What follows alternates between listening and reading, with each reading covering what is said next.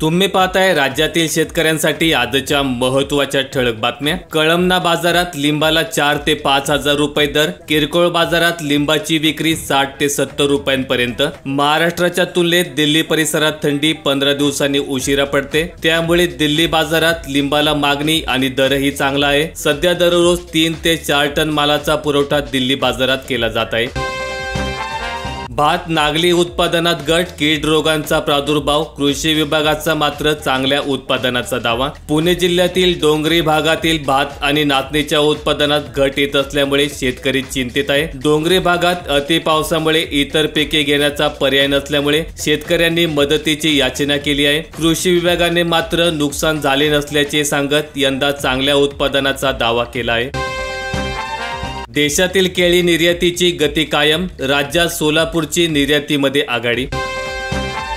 लाल मिरची स्थिर तर हिरवी मिरची दबावात। कळमना बाजार समितीत लाल मिरचीचे दर गेल्या महिन्याभरापासून 13 ते 15 हजार रुपयांवर स्थिर आहेत। हिरव्या मिरचीच्या दरात मात्र मोठे चढ उतार होत असल्याची माहिती व्यापारी सूत्रांनी दिली। काँग्रेसची आश्वासने निवडणुकीपुरती, देवेंद्र फडणवीस यांचं वक्तव्य। सोयाबीनला त्यांच्या राज्यात मिळतोय फक्त 3800 रुपयांचा भाव।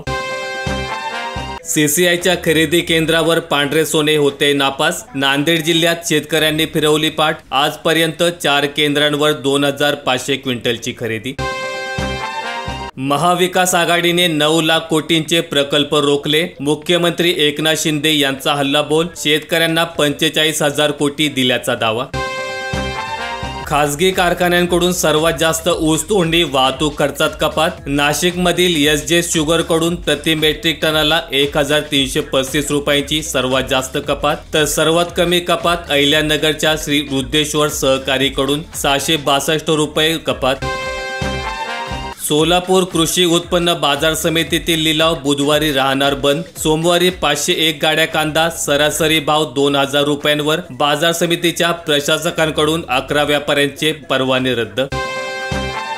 पंजाबच्या शेतकऱ्यांचा 6 डिसेंबरला दिल्ली मार्च, केंद्र सरकारची डोकेदुखी वाढणार। कृषी उत्पादित शेतमालाला किमान हमीभाव देण्याचा कायदा करण्यासह विविध मागण्यांसाठी केंद्र सरकारवर दबाव वाढवण्याकरता येत्या 6 डिसेंबर रोजी दिल्ली मार्च काढणार येण्यात असल्याची घोषणा संयुक्त किसान मोर्चाने केली। देशात बिहारच्या केळीची वाढली गोडी, उत्पादकतेत अव्वल, बहुवर्षीय लागवड पद्धतीने घेतले जाते पीक। काटेपूर्णा सिंचन प्रकल्पाचे पाणी सोडले सिंचनासाठी, कालव्याची कामे पूर्ण न झाल्यामुळे शेतकरी आक्रमक। गोंदिया जिल्ह्यात वन्य प्राण्यांच्या उपद्रवाने पिकांचे नुकसान, रानडुकरांमुळे शेतकरी मेटाकुटीस, प्रतिबंधात्मक उपाययोजना करण्याची मागणी। 6000 रुपयाने सोयाबीनची खरेदी अन शेतकरी कर्जमाफीही भाजपचे संकल्पपत्र। लाख मोलाचे पांढरे सोने, मजुरांअभावी शेतातच, कापूस उत्पादकांवर नवे संकट, निवडणुकीचा होतोय परिणाम, कापूस पिकावरील खर्च परवडेना। भरड धान्यासाठी यवतमाळ जिल्ह्यात केवळ 8 खरेदी केंद्र सुरू। आधारभूत किंमत खरेदी योजनेअंतर्गत नाफेड मार्फत मूग, उडीद, सोयाबीन खरेदी करता शेतकऱ्यांची नोंदणी करण्यासाठी Maharashtra state cooperative marketing federation limited मार्फत जिल्ह्यात 8 खरेदी केंद्र उघडण्यात आले आहेत। छत्रपती संभाजीनगर जिल्ह्यातील 512 गावे होणार पानंदमुक्त। स्वच्छ भारत मिशन अंतर्गत सध्या 782 गावातून टमरेल झाले हद्दपार। सोलापूरमध्ये 2 रुपये किलो कांदा, राज्यात सर्वाधिक 50,111 क्विंटल सोलापुरात, तर सर्वात कमी कराडमध्ये आवक, पुण्यात 8,958 क्विंटल आवक। शिंदखेडामध्ये 1100 क्विंटल कापसाची केली खरेदी। शिंदखेडा येथे पहिल्या दिवशी उत्पादकांचा मिळाला प्रचंड मोठा प्रतिसाद। राहता बाजार समितीत कांद्याला मिळाला 6500 रुपयांचा भाव। कांद्याचे एकूण 3073 गुण्यांची आवक झाली। कांदा नंबर 1 ला 5000 ते 6500 रुपयांचा भाव मिळाला। कांदा नंबर 2 ला 3800 रुपये ते 4950 रुपये भाव मिळाला, तर कांदा नंबर 3 ला 2200 ते 3750 रुपये।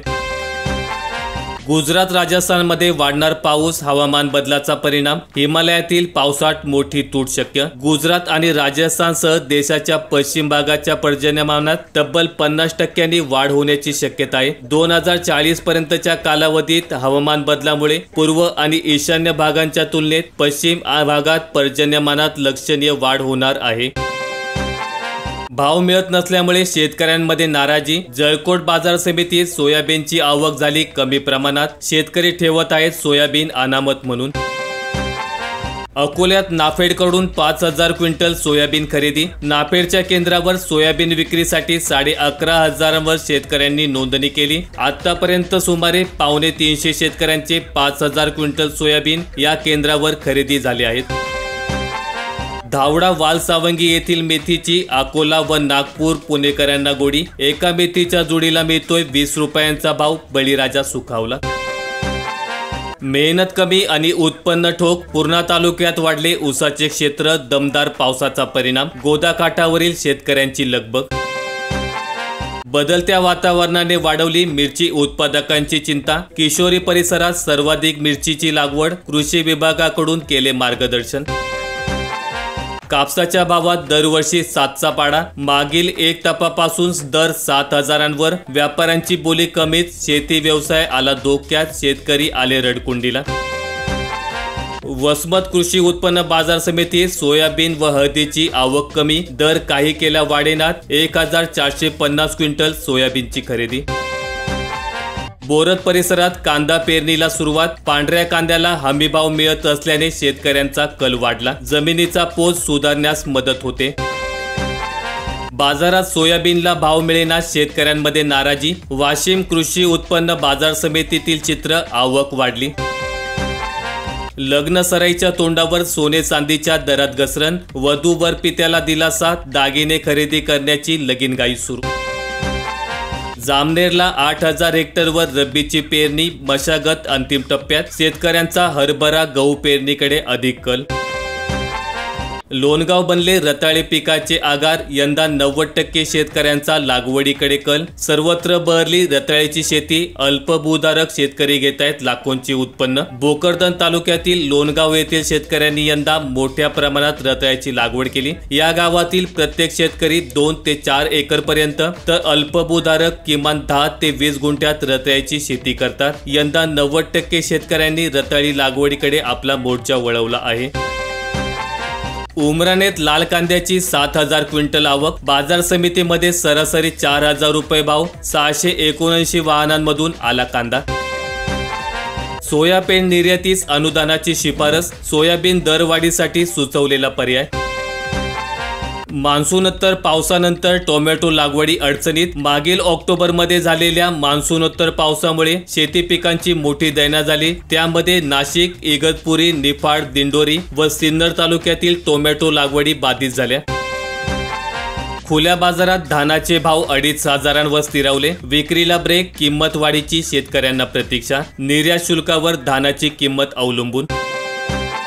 भंडारा जिल्ह्यात खरीप उत्पादनात भारी घट, बळीराजा झाला कंगाल, शेतकऱ्यांच्या स्वप्नांचा चुराडा, भविष्यातील तरतुदीचा प्रश्न कायम।